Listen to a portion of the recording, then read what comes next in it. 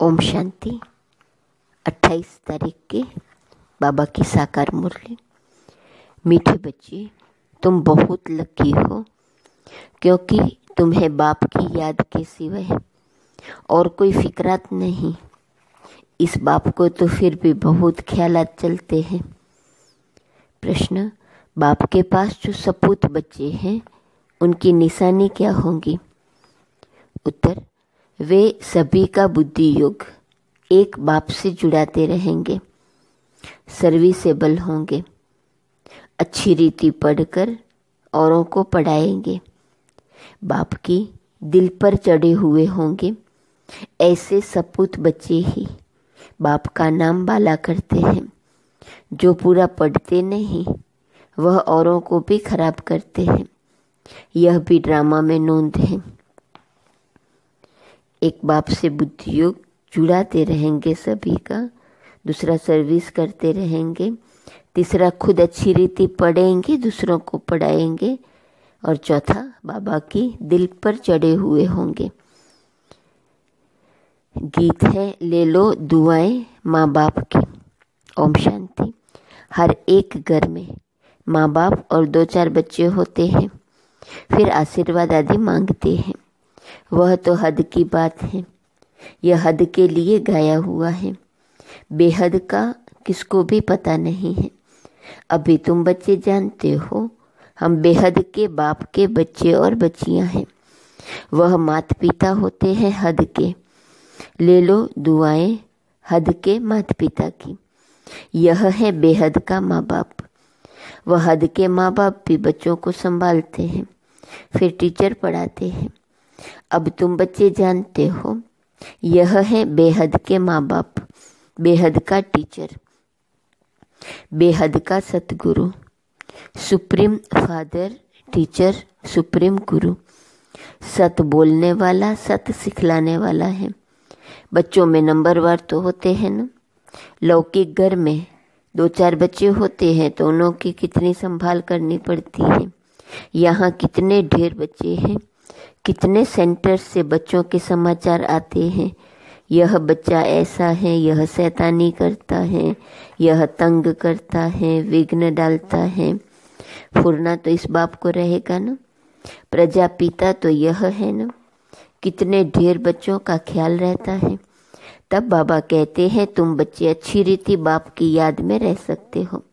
इनको तो हजारों फुरने हैं, एक फुरना तो है ही, हजारों फुरने दूसरे रहते हैं। कितने ढेर बच्चों को संभालना पड़ता है।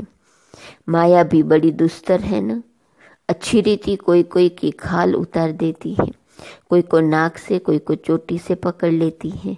इतने सब का विचार तो करना पड़ता है। फिर भी बेहद बाप की याद में रहना पड़े। तुम हो बेहद के बाप के बच्चे। जानते हो हम बाप की श्रीमत पर चल क्यों न बाप से पूरा वर्षा ले लेवे। सब तो एक रस चल न सके क्योंकि यह राजा स्थापन हो रही है और कोई की बुद्धि में आ न सके। यह है बहुत ऊंच पढ़ाई। बादशाही मिल गई फिर पता नहीं पड़ता है कि यह राजाई कैसे स्थापन हुई। यह राजाई का स्थापन होना बड़ा वंडरफुल है। अभी तुम अनुभवी हो। पहले इनको भी पता थोड़े ही था कि हम क्या थे, फिर कैसे 84 जन्म लिए हैं। अभी समझ में आया है। तुम भी कहते हो बाबा आप वही हो। यह बड़ी समझने की बात है। इस समय ही बाप आकर सब बातें समझाते हैं। इस समय भल कोई कितना भी लखपति करोड़पति हो, बाप कहते हैं ये पैसे आदि सब मिट्टी में मिल जाने हैं, बाकी टाइम ही कितना है। दुनिया के समाचार तुम रेडियो में अथवा अखबारों में सुनते हो, क्या क्या हो रहा है। दिन प्रतिदिन बहुत झगड़ा बढ़ता जा रहा है। सूत मुंझता ही रहता है। सब आपस में लड़ते झगड़ते मरते हैं। तैयारियां ऐसी हो रही हैं जिससे समझ में आता है लड़ाई शुरू हुई की हुई। दुनिया नहीं जानती कि यह क्या हो रहा है, क्या होने का है। तुम्हारे में भी बहुत थोड़े हैं जो पूरी रीति समझते हैं और खुशी में रहते हैं। इस दुनिया में हम बाकी थोड़े रोज हैं। अभी हमको कर्मातीत अवस्था में जाना है। हर एक को अपने लिए पुरुषार्थ करना है। तुम तो पुरुषार्थ करते हो अपने लिए। जितना जो करेंगे उतना फल पाएंगे। अपना पुरुषार्थ करना है और दूसरों को पुरुषार्थ कराना है, रास्ता बताना है। ये पुरानी दुनिया खलास होनी है, अब बाबा आया हुआ है नई दुनिया स्थापन करने। तो इस विनाश के पहले तुम नई दुनिया के लिए पढ़ाई पढ़ लो। भगवान उवाच, मैं तुमको राजयोग सिखाता हूँ। लाडले बच्चे, तुमने भक्ति बहुत की है। आधा कल्प तुम रावण राज्य में थे ना।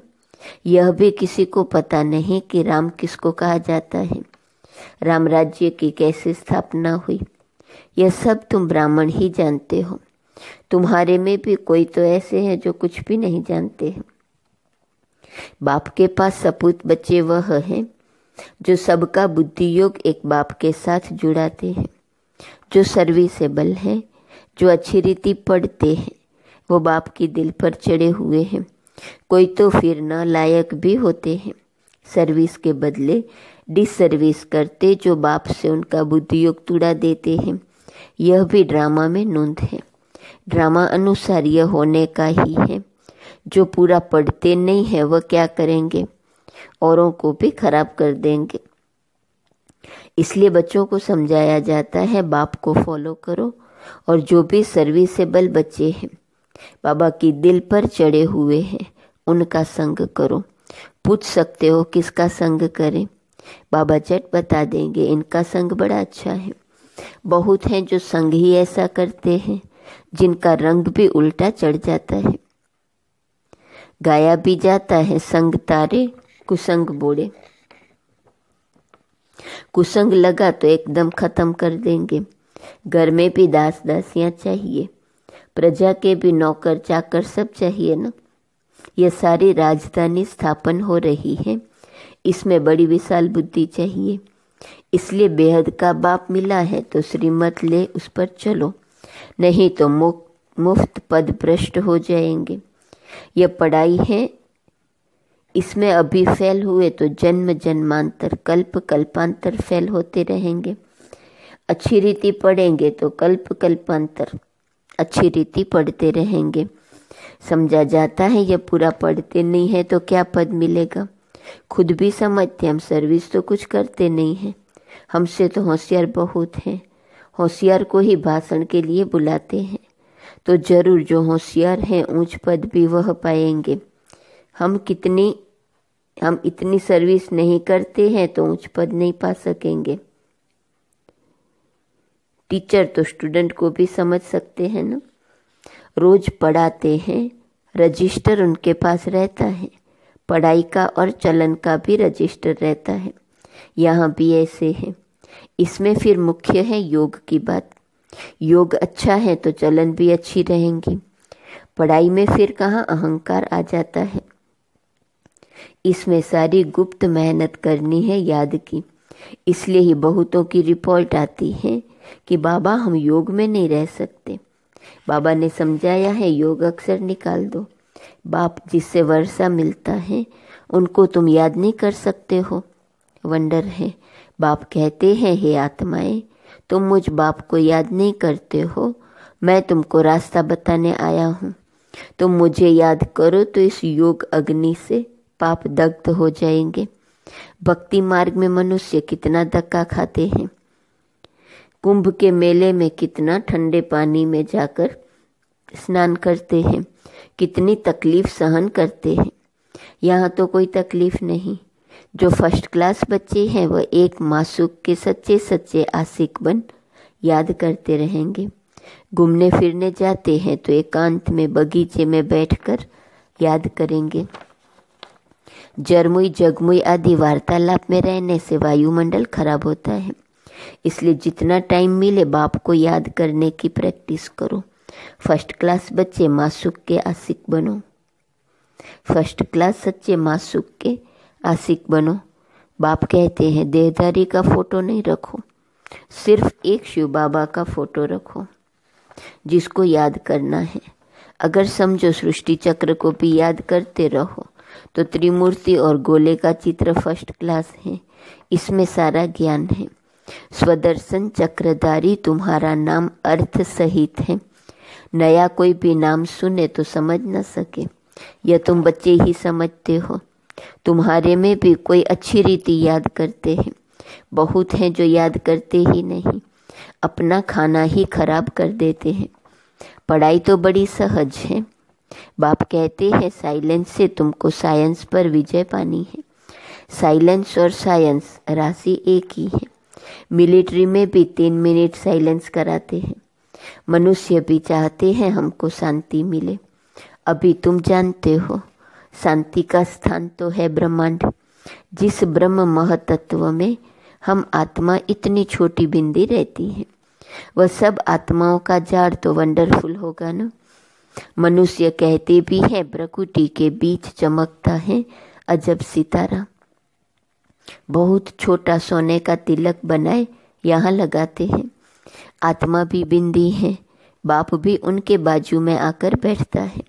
साधु संत आदि कोई भी अपनी आत्मा को जानते नहीं।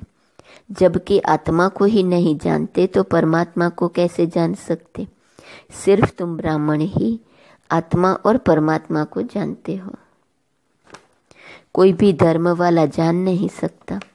अभी तुम ही जानते हो कैसे इतनी छोटी सी आत्मा सारा पार्ट बजाती है। सत्संग तो बहुत करते हैं, समझते कुछ भी नहीं। इसने भी बहुत गुरु किए। अब बाप कहते हैं यह सब है भक्ति मार्ग के गुरु। ज्ञान मार्ग का गुरु है ही एक। डबल सिरताज राजाओं के आगे सिंगल ताज वाले राजा माथा झुकाते हैं, नमन करते हैं, क्योंकि वह पवित्र है। उन पवित्र राजाओं के ही मंदिर बने हुए हैं।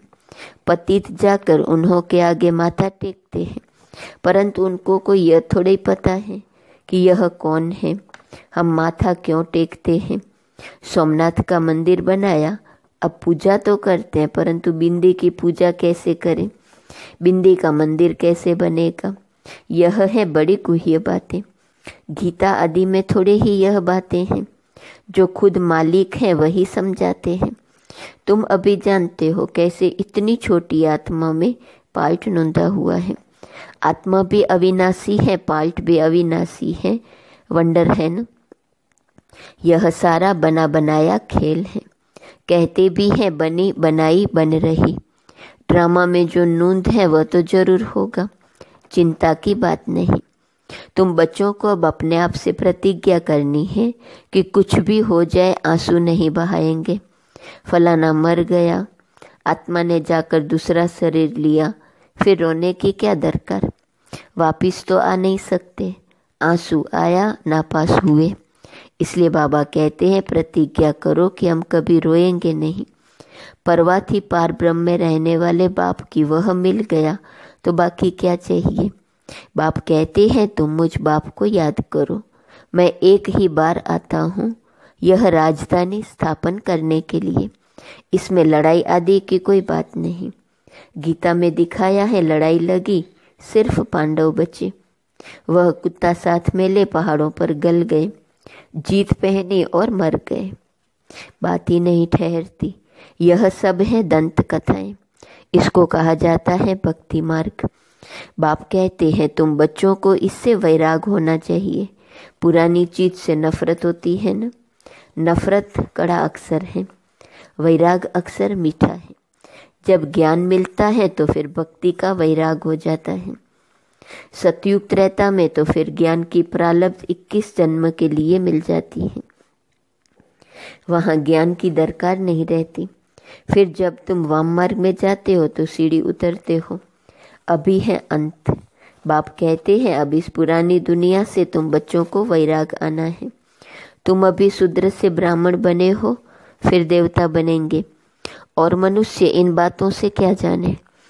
बल विराट रूप का चित्र बनाते हैं, परंतु उसमें न चोटी है न शिव है।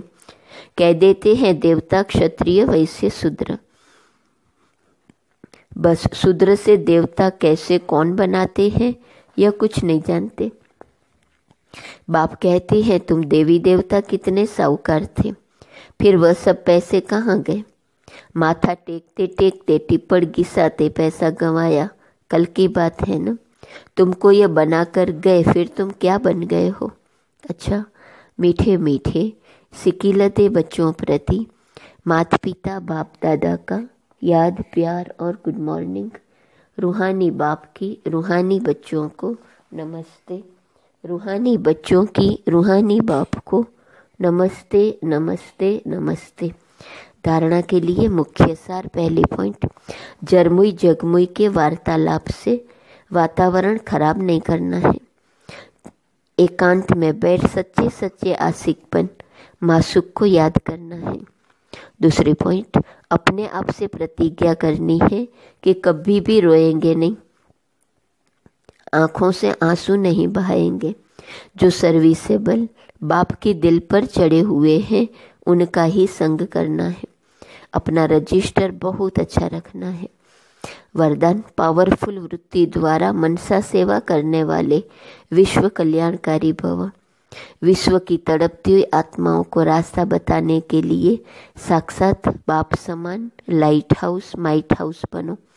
लक्ष्य रखो कि हर आत्मा को कुछ न कुछ देना है, चाहे मुक्ति दो चाहे जीवन मुक्ति। सर्व के प्रति महादानी और वरदानी बनो। अभी अपने अपने स्थान की सेवा तो करते हो, लेकिन एक स्थान पर रहते मनसा शक्ति द्वारा वायुमंडल वाइब्रेशन द्वारा विश्व सेवा करो। ऐसी पावरफुल वृत्ति बनाओ जिससे वायुमंडल बने, तब कहेंगे विश्व कल्याणकारी आत्मा। स्लोगन, अशरीरीपन की एक्सरसाइज और व्यर्थ संकल्प रूपी भोजन की परहेज से स्वयं को तंदुरुस्त बनाओ। आज का स्वमान, मैं सनसोस फादर करने वाली आत्मा हूँ। अव्यक्त इशारे की पॉइंट 28 मार्च। अब अपने भाषणों की रूपरेखा नई करो। विश्व शांति के भाषण तो बहुत कर लिए, लेकिन आध्यात्मिक ज्ञान व शक्ति क्या है और इसका सोर्स कौन है, इस सत्यता को सभ्यता पूर्वक सिद्ध करो। सभी समझे कि यह भगवान का कार्य चल रहा है। माताएं बहुत अच्छा कार्य कर रही हैं।